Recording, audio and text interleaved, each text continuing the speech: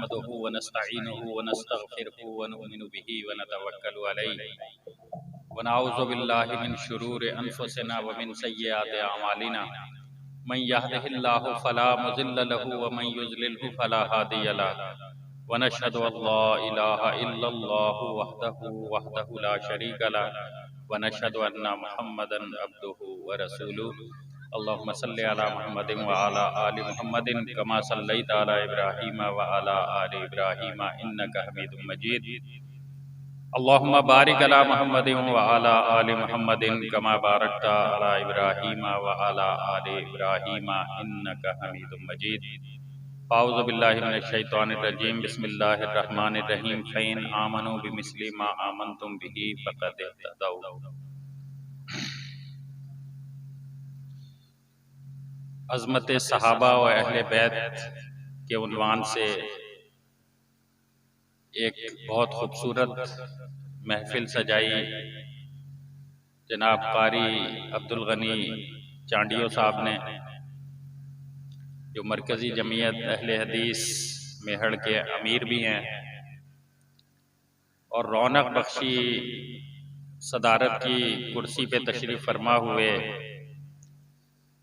شیخ الحدیث مولانا افضل سردار حفظہ اللہ تعالی کہ جو امیر ہیں مرکزی جمعیت اہل حدیث کراچی کے، مہمانان گرامی میں محمد اشرف قریشی صاحب کراچی سے تشریف لائے ہوئے ہیں، ابھی آپ سے خطاب فرمائیں گے۔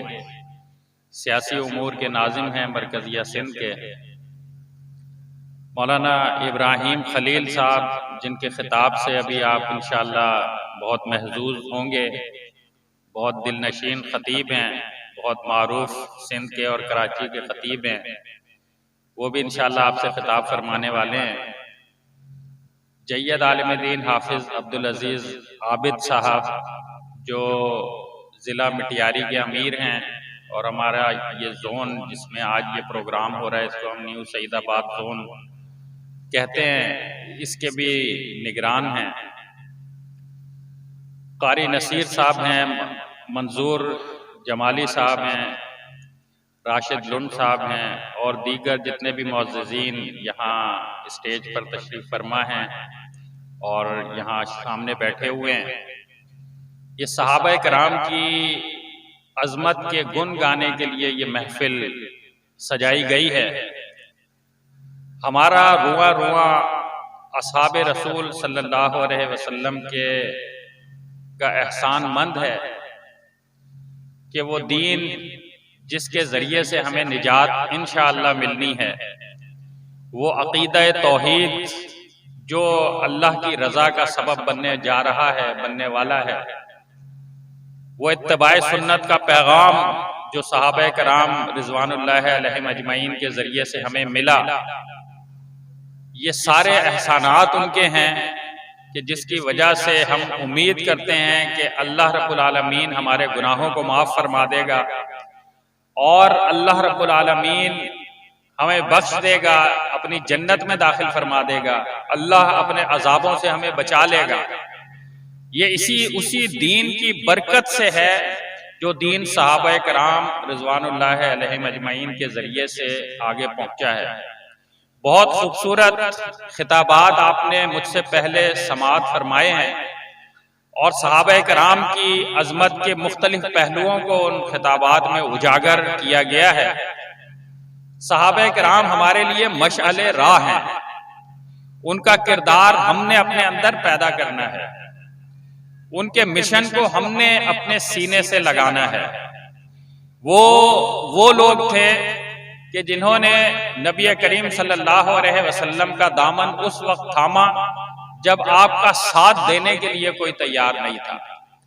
آپ جانتے ہیں کہ اللہ کے پیغمبر نے دعوت کا آغاز فرمایا اور تمام اپنے رشتہ داروں کو، خاندان والوں کو، مکے والوں کو جمع کیا اور ان کو یہ پیغام دیا کہ قولوا لا الہ الا اللہ، اس بات کا اقرار کرو کہ اللہ کے سوا کوئی عبادت کے لائق نہیں ہے، تو عرب و عجم کے مالک بنا دیے جاؤ گے، کامیاب ہو جاؤ گے۔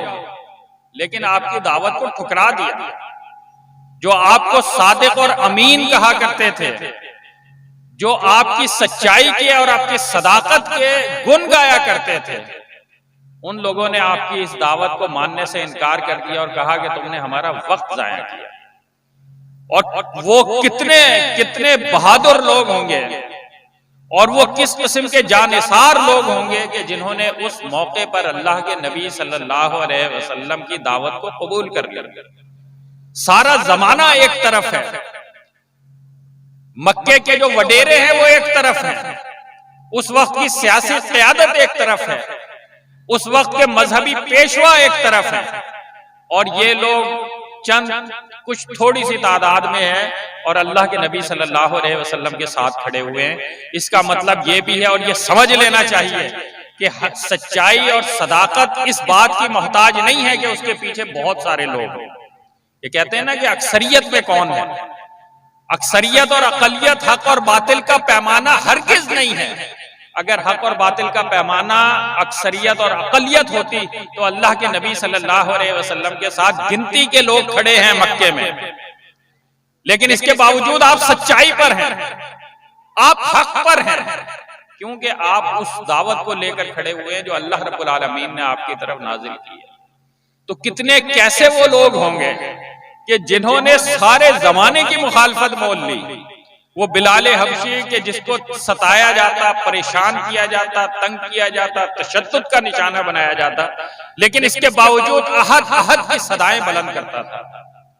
کتنے عظیم وہ لوگ ہوں گے کہ جن کو معاشی خطرات تھے، لیکن اس کے باوجود نبی علیہ السلام کا دامن تھاما ہوا ہے۔ ابو بکر صدیق رضی اللہ تعالیٰ عنہ ہیں، سیدنا عثمان غنی رضی اللہ تعالیٰ عنہ ہیں، سیدنا علی المرتضیٰ رضی اللہ تعالیٰ عنہ ہیں، عبد الرحمن ابن عوف رضی اللہ تعالیٰ عنہ ہیں، سعد بن ابی وقاص رضی اللہ تعالیٰ عنہ ہیں، ابو عبیدہ بن جراح رضی اللہ تعالیٰ عنہ ہیں۔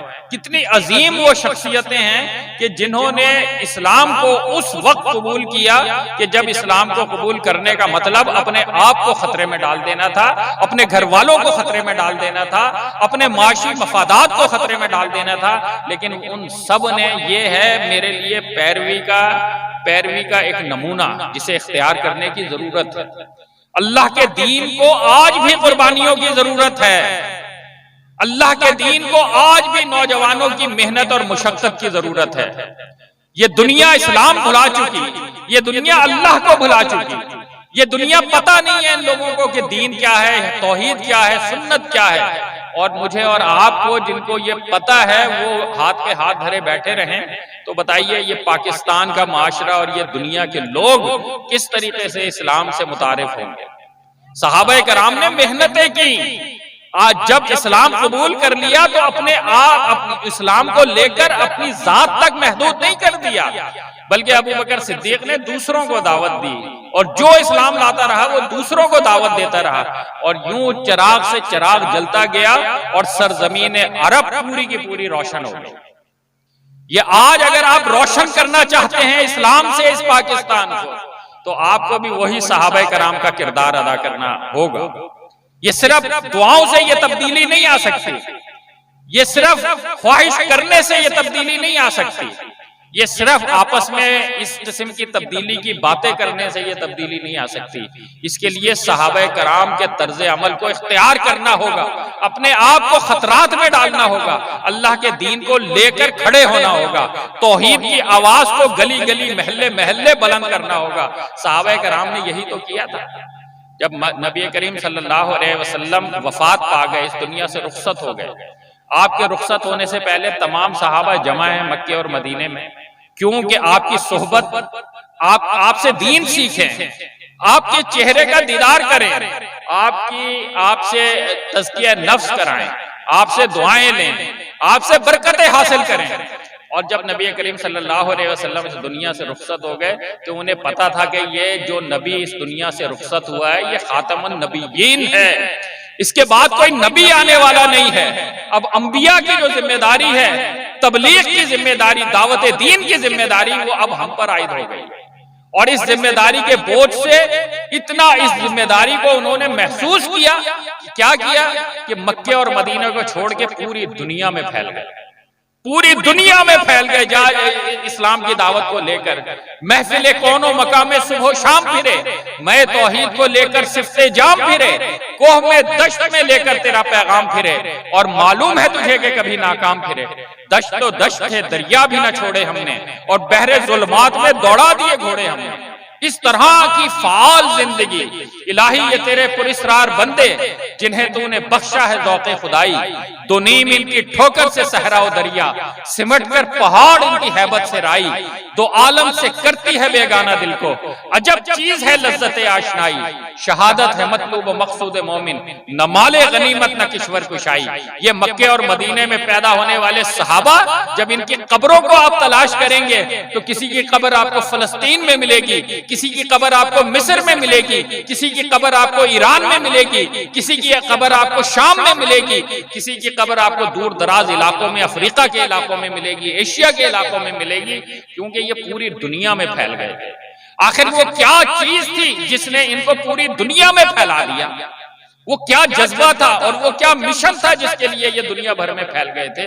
وہ وہی مشن تھا جو اللہ کے نبی سے انہوں نے سیکھا تھا، وہ اسی مشن کو انہوں نے سینے سے لگایا تھا۔ آج یہ نبی علیہ السلام کا مشن، بلغ ما انزل الیک من ربک، پروردگار نے فرمایا محبوب آپ پر جو دین ہم نے نازل کیا ہے اس کو دوسروں تک پہنچا دیں، دوسروں تک پہنچانے کا یہ مشن، یہ صحابہ کرام نے مشن اختیار کیا اور یہ اس مشن کو لے کر پوری دنیا میں پھیل گئے۔ آج اس مشن کو سینے سے لگانے والے کتنے لوگ ہیں؟ کتنے لوگ ہیں کہ جن کے اندر یہ جذبہ ہے کہ یہ پاکستان کے ہر بندے تک توحید کی دعوت پہنچ جائے، اتباع سنت کا پیغام پہنچ جائے، ہر بندے کو نماز کی اہمیت پتہ لگ جائے، ہر بندے کو حلال حرام کی تمیز آ جائے۔ کتنے لوگ ہیں کہ جن کے اندر یہ جذبہ ہے؟ کتنے لوگ ہیں کہ جو یہ خواہش کرتے ہیں کہ پاکستان میں اسلام نافذ ہو جائے، پاکستان کی پارلیمنٹ میں ان لوگوں کو داخلہ مل جائے کہ جو لوگ کتاب و سنت کے مطابق قانون سازی کریں، پاکستان کی عدالتوں میں ان لوگوں کو ججوں کی سیٹوں پر بیٹھنا نصیب ہو جائے کہ جو کتاب و سنت کے مطابق فیصلہ کریں، پاکستان کے میڈیا میں، الیکٹرانک میڈیا میں، پرنٹ میڈیا میں ان لوگوں کو موقع مل جائے، وہ لوگ جگہ جگہ بیٹھے ہوئے نظر آئیں کہ جو توحید کی بات کریں، جو سنت کی بات کریں، جو دین کی بات کریں، جو اسلام کی بات کریں، جو حلال روزی کی بات کریں، جو اس دین کی بات کریں جو اللہ کے نبی صلی اللہ علیہ وسلم پر نازل ہوا تھا۔ کتنے لوگ ہیں کہ جن کے دل میں یہ خواہش ہے؟ اگر یہ خواہش موجود ہے تو خواہش ہی رہتی ہے اگر ہاتھ پہ ہاتھ دھرے بیٹھے رہے۔ اس خواہش کو عملی جامہ پہنانے کے لیے کھڑے ہونا ہوگا، جماعت کے ساتھ جڑنا ہوگا، اپنے امیر کی اطاعت کرنی ہوگی، ان مقاصد کے لیے اپنے آپ کو تیار کرنا ہوگا۔ ہو صداقت کے لیے جس دل میں مرنے کی تڑپ، پہلے اپنے پیکرے خاکی میں جان پیدا کرے۔ اس دین کو خود سمجھنا ہوگا، اس دین کو سمجھ کر دوسروں تک پہنچانے کے لیے صحیح اور کوشش کرنا ہوگی، جماعت کے ساتھ جڑ کر کام کرنا ہوگا۔ تنہا کوئی بھی بندہ انقلاب نہیں لا سکتا، یہاں تک کہ وقت کے پیغمبر بھی انقلاب نہیں لاتے جب تک کہ وہ اپنے ساتھ دوستوں کو، ساتھیوں کو ملا نہیں لیتے۔ ان کو بھی کہنا پڑتا ہے من انصاری اللہ، کون ہے جو اللہ کے لیے ہمارا مددگار ہو۔ صحابہ کرام کا ویژن اختیار کرنے کی ضرورت ہے، ان کا مشن اختیار کرنے کی ضرورت ہے۔ ان کی عظمت ایک جانی مانی چیز ہے، اس کو کوئی لاکھ جھٹلائے اس سے کوئی انکار نہیں کر سکتا کہ یہ صحابہ تھے جو مکے اور مدینہ سے نکلے اور اس دور کی سب سے عظیم تہذیبوں کو انہوں نے شکست دی، اس دور کی عظیم سپر طاقتوں کو ملیا میٹ کر کے رکھ دیا۔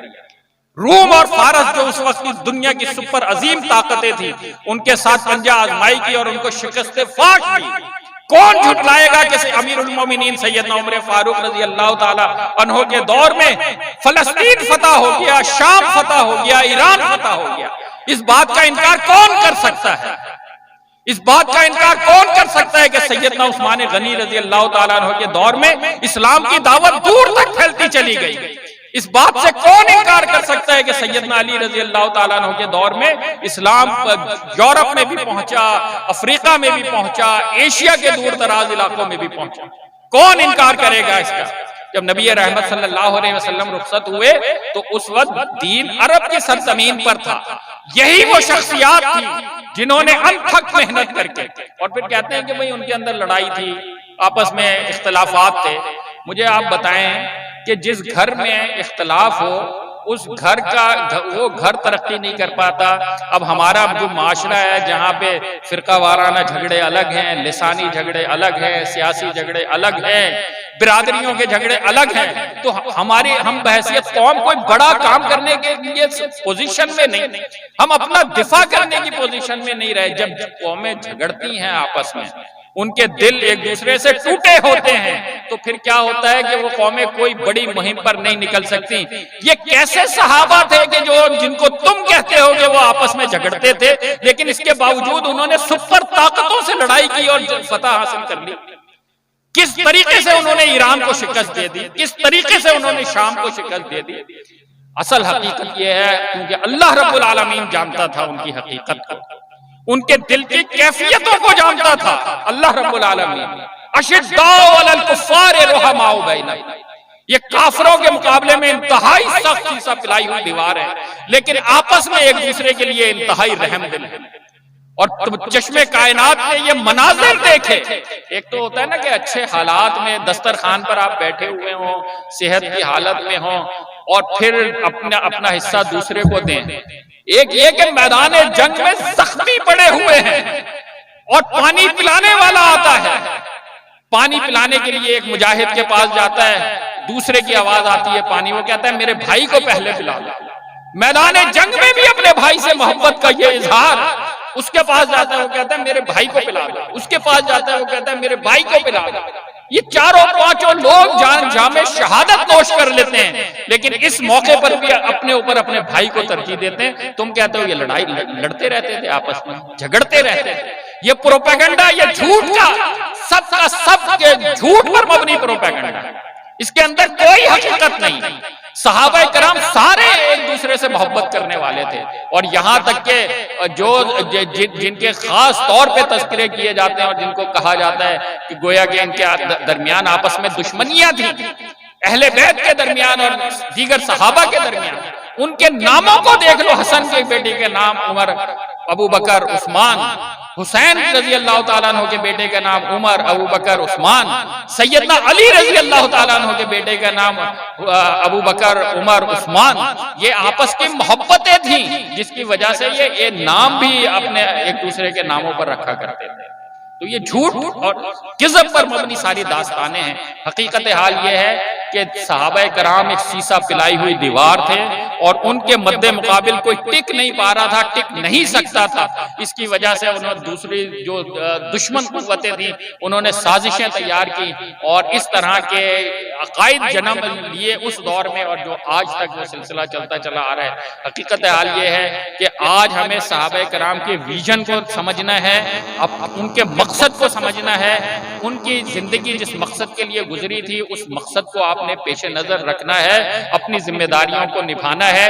یہ مسجد سامنے کھڑی ہوئی ہے، اس مسجد میں مدرسہ بھی ہے. اپنے بچوں کو تیار کرنے کے لیے، دین کی دعوت سے متصف کرنے کے لیے اپنے بچوں کو یہاں پہ داخل کرانے کی ضرورت ہے. اپنے بچوں کو دین کے لیے وقف کرنے کی ضرورت ہے، خود بھی دین سیکھنے کی ضرورت ہے. جمعے میں نماز جمعہ سے قبل خطبہ جمعہ شروع ہونے سے پہلے مسجد میں اپنے بچوں کو لے کر بیٹھے رہنے کی ضرورت ہے. جہاں درس کی محفلیں ہوں، جہاں قرآن و سنت کی بات ہو، وہاں جمع ہونے کی ضرورت ہے. اللہ تعالیٰ سے دعا ہے اللہ تعالیٰ مجھے اور آپ کو عمل کی توفیق دے. وآخر دعوانا ان الحمدللہ رب العالمین.